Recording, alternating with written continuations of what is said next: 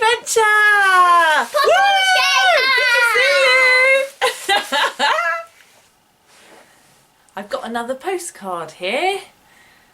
It says, "Dear Emma, what an amazing adventure you had.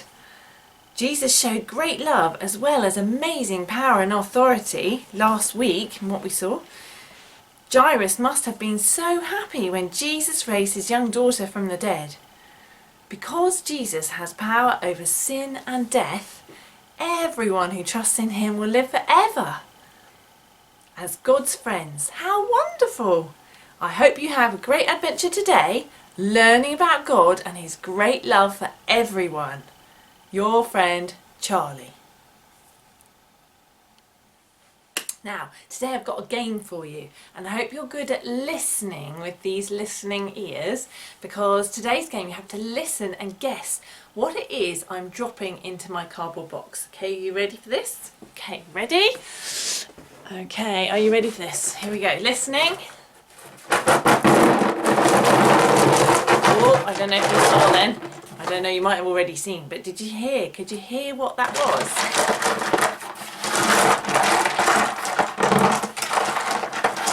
Have a guess, see what you think it could be, and then I'm going to show you in 3, 2, 1. Some rocks and pebbles. Can you see them there? I'll show you on my hand, look. There's some rocks and pebbles. That's what was making that noise in the box. Now, you ready for the next one? Alright, here we go.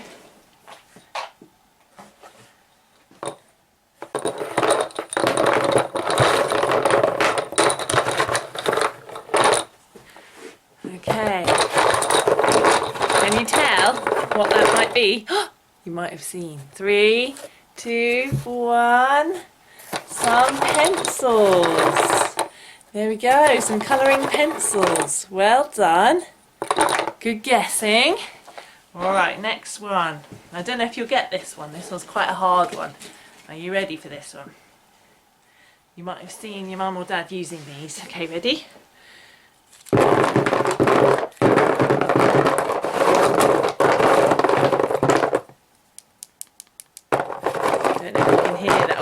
Might have seen one there. Are you ready to guess? 3, 2, 1. Pegs! That's right, pegs! Very good. And the last one, I'm not actually going to put in that container. I'm going to just rattle this one. Okay, you ready?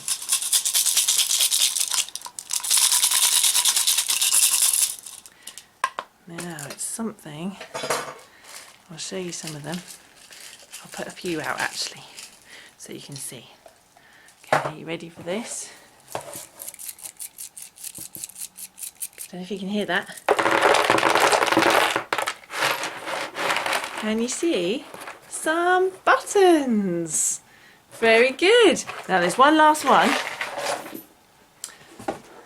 which you might or might not notice in today's story. Okay. That is, yeah, you guessed it, coins. Coins, and we're going to see some of these coins later on in today's story, so look out. Here we go, this is what we saw in our game, some rocks, and what they sound like, some buttons, they sound all chinky chink, don't they? And then pegs, there we are. And pencils, ting, ting, ting. And lastly, coins. That's right, lots and lots of coins. Hello, today we're going to learn all about putting God first, and we're going to see two characters in particular. One is a story about a very rich farmer, and Jesus tells this story. And the second part is a lady who we meet in real life who had very little money. So, hope you're ready for the next adventure. Have you got your backpacks at the ready? Alright. Here we go. Got our rucksacks. Whew. Ready for your adventure? Right, let's go. So, Jesus was teaching a crowd of people all about the kingdom of God. And he told a story about a rich farmer. And this rich farmer, he wanted to try and help people understand that we need to trust God and always put him first. So, ready for this? Luke chapter 12 this week, verse 15. Then Jesus said to them, "Be careful and guard against all kinds of greed. A man's life or a woman's life is not measured by the many things that they own." Interesting. So, the rich farmer, he had lots and lots of crops, and his barns were too small to store all of the grain. What could the farmer do to solve the problem? He could build more barns, tear those down, build bigger barns, or he could think about other people and give it away, couldn't he, to people who might need it? This is what the farmer decided to do. Chapter 12, verse 18. Then he said, "I know what I will do. I will tear down my barns and build bigger ones." He's not thinking of other people, is he? "I will put all my grain and other goods together in my new barns." Oh dear. The farmer didn't thank God for being able to grow these amazing crops. He didn't ask God what he should do with all the crops, did he? The farmer knew that he would be rich from having so much grain, and so he decided he wanted more and that he would really enjoy himself. Sounds a bit selfish, doesn't it? Let's look at verse 19. "Then I can say to myself, I have enough good things stored to last for many years. Rest, eat, drink, and enjoy life." Well, one thing that farmer didn't know is that his life was going to end very soon. In fact, that very night, that farmer died. The farmer thought it was more important to be rich and keep everything for himself rather than trust God and be thankful for God's good gifts. What do you think the farmer should have done? Yeah, I agree. Been thankful to God for all that he'd been given. He hadn't actually grown the crops himself, had he? He hadn't made the shoots go up, he hadn't made the sunshine, he hadn't made the rain fall. That was all God, wasn't it? And don't you think he should have shared some of the good things that God had given him and trusted God, not money? Very good. Now we're going to learn about another person. And she was very, very different. This person was very poor, but she trusted God. Right, come on. We're going to do "My God is so big, so strong and so mighty." Okay, are we ready? With action. So you need to stand up for this one. Shake off. Ready? Okay. My God is so big, so strong and so mighty. There's nothing my God cannot do. That's true.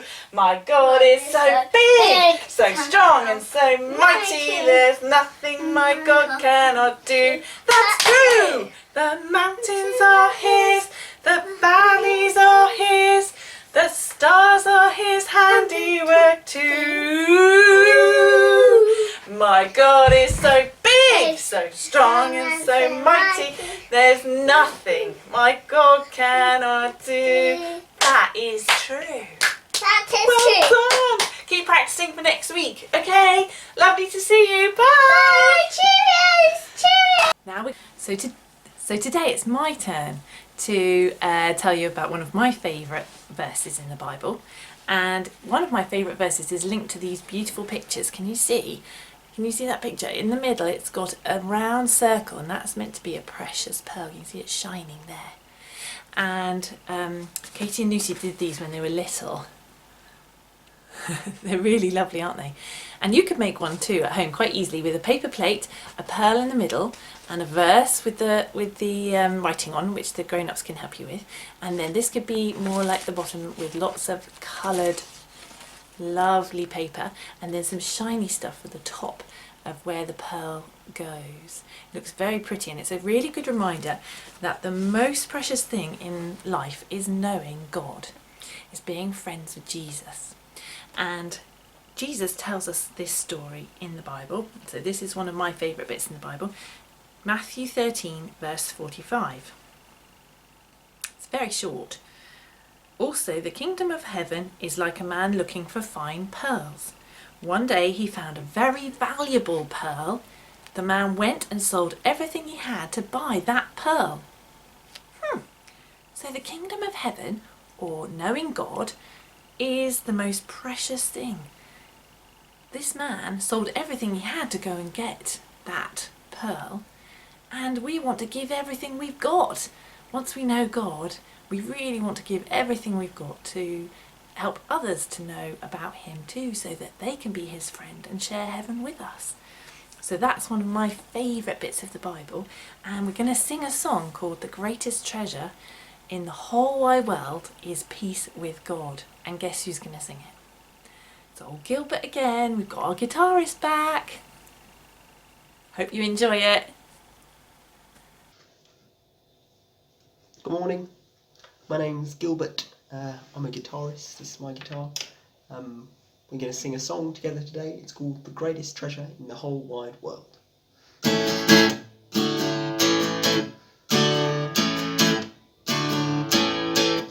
Yeah, the greatest treasure in the whole wide world is peace with God. Yeah, the greatest treasure in the whole wide world is peace with God. It's the only treasure that will never fade. Even death can't take it away. Because the greatest treasure in the whole wide world is peace with God. Yeah, the greatest treasure in the whole wide world is peace with God. It's the only treasure that will never fade. Even death can't take it away. Because the greatest treasure in the whole wide world is peace with God. You can live for happiness and live for stuff when it's all gonna fade away. Never ever feel like you got enough, because it's all gonna fade away. The greatest toys that money can buy, yeah, they're all gonna fade away. Because the greatest treasure in the whole wide world is peace with God. Yeah, the greatest treasure in the whole wide world is peace with God. It's the only treasure that will never fade. Even death can take it away. Because the greatest treasure in the whole wide world is peace with God. What if the world makes you a star? Well, it's all gonna fade away. The biggest house and the flashiest car, well, they're all gonna fade away.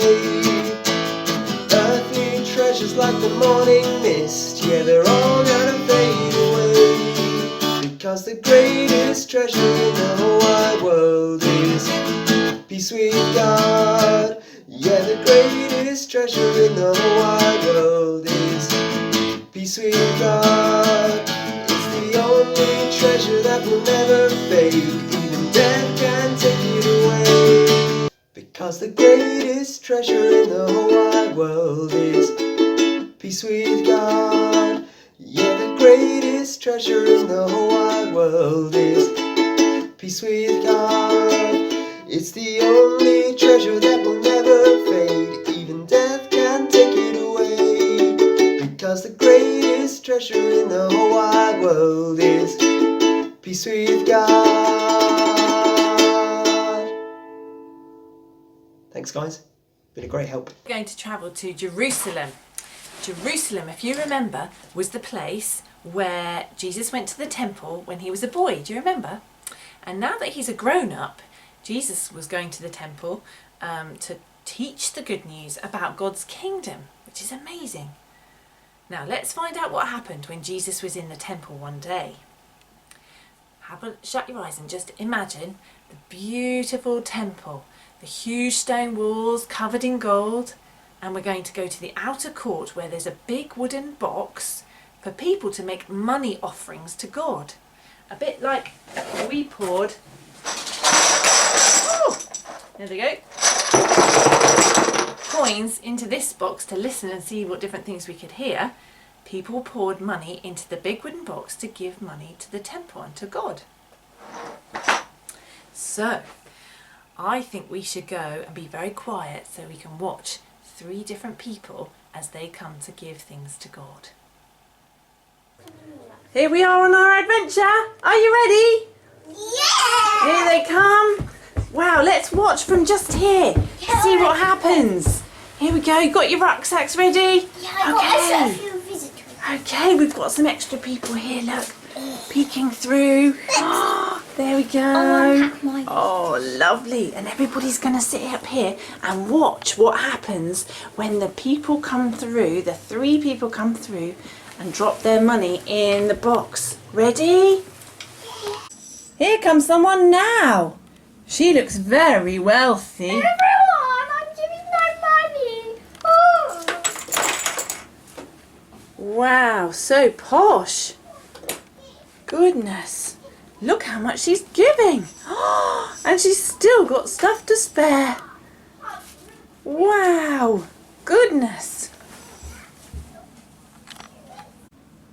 Wow, here comes someone else. She looks very grand. Look at her powdering her nose.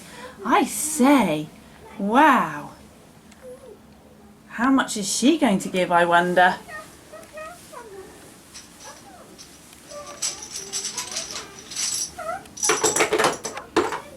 Goodness, so much money, and look at hear it jangle away. Goodness, so much, and look at all her jewellery and finery. Goodness, and it's still going, but hark, still got lots to spare, she said. I could hear it jangling. Oh, look, here comes a poorer looking lady. Oh, she doesn't look... Only 2 coins. Only 2 coins. All she had left to live on. Oh. Here comes another person. Oh, it's a lady this time. Oh, she doesn't look very rich, does she? She looks much poorer.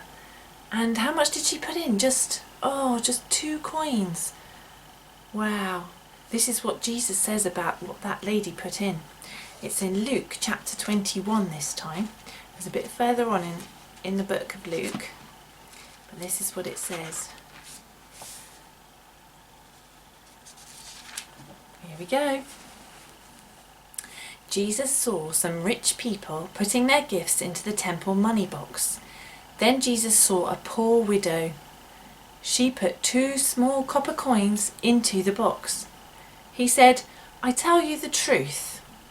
This poor widow gave only 2 small coins, but she really gave more than all these rich people. The rich have plenty. They gave only what they didn't need. This woman is very poor, but she gave all she had, and she needed that money to live on. Wow, what an amazing lady. She trusted God. She loved God. She wanted to give to Him, and she loved and trusted Him. What does snowmen have for breakfast? I don't know. What do snowmen have for breakfast? Snowflake. Ah!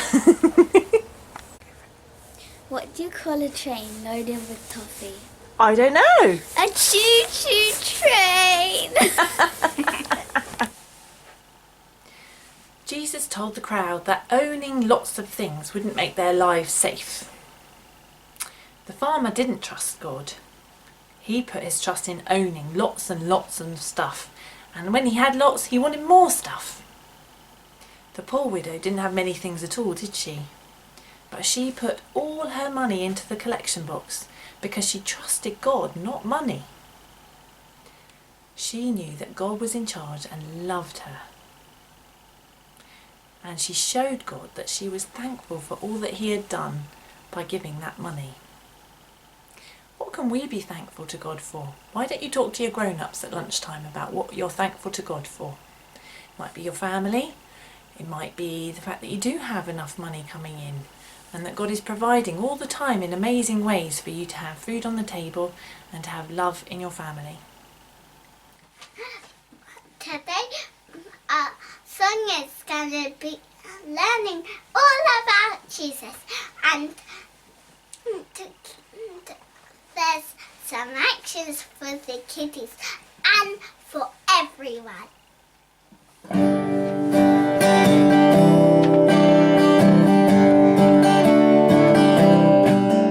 For God so loved the world that He gave His only Son, that whoever believes in Him shall not die but have eternal life. That is for the love that He has for me.